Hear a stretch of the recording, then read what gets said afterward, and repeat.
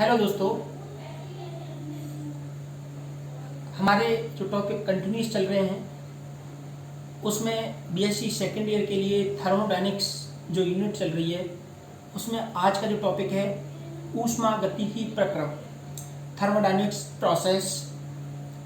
थर्मोडायनिक्स process में तंत्र एक अवस्था से दूसरी अवस्था में परिवर्तित होता है और ये थर्मोडायनिक्स प्रोसेस है, ऊष्मागतिकी प्रक्रम है। ये निम्न प्रकार के हैं। सबसे पहले ले रहे हैं हम समतापीय प्रक्रम, आइसोथर्मल प्रोसेस।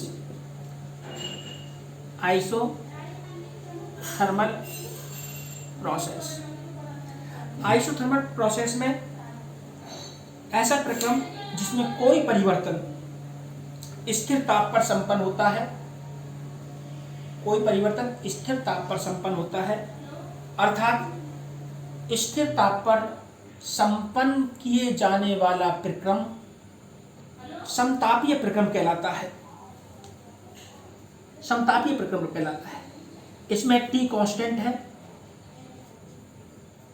तो dt 0 होगा, dt 0 होगा और इंटरनल एनर्जी चेंजेज, आंतरिक ऊर्जा परिवर्तन भी 0 होता है, क्योंकि आंतरिक ऊर्जा परिवर्तन ताप पर डिपेंड करता है, ताप परिवर्तन पर डिपेंड करता है और ताप परिवर्तन 0 है तो आंतरिक ऊर्जा परिवर्तन भी 0 होगा।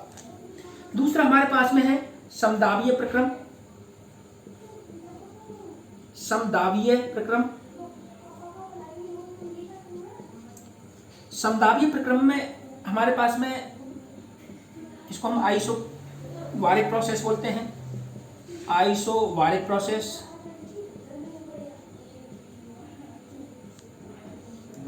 इस प्रकार के प्रक्रम के दौरान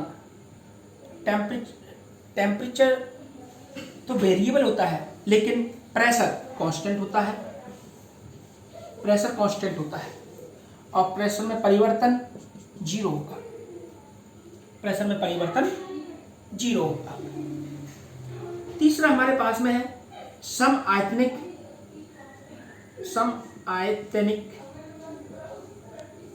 समआयतनिक प्रक्रम, आइसोकोरिक प्रक्रम, isochoric process, isochoric process.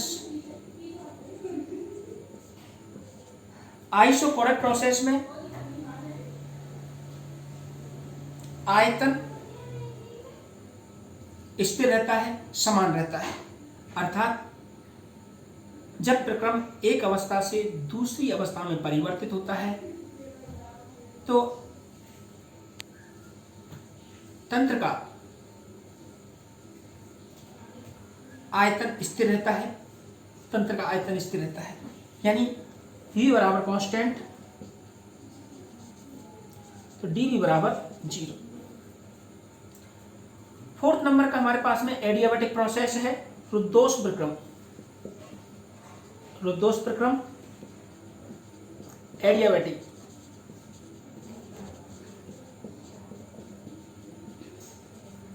Adiabatic process, adiabatic process एक महत्वपूर्ण प्रोसेस है।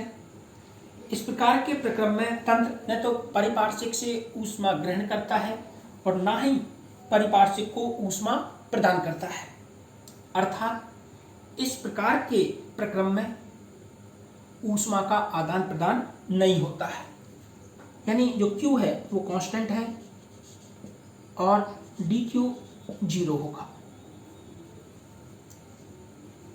लास्ट में हमारे पास में 5वें नंबर पर है साइक्लिक प्रक्रम, चक्रीय प्रक्रम।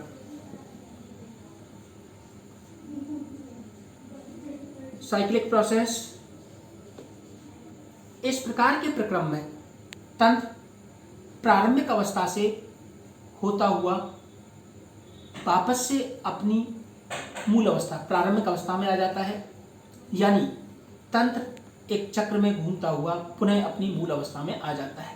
तो ऐसे प्रक्रम चक्रीय प्रक्रम कहलाते हैं।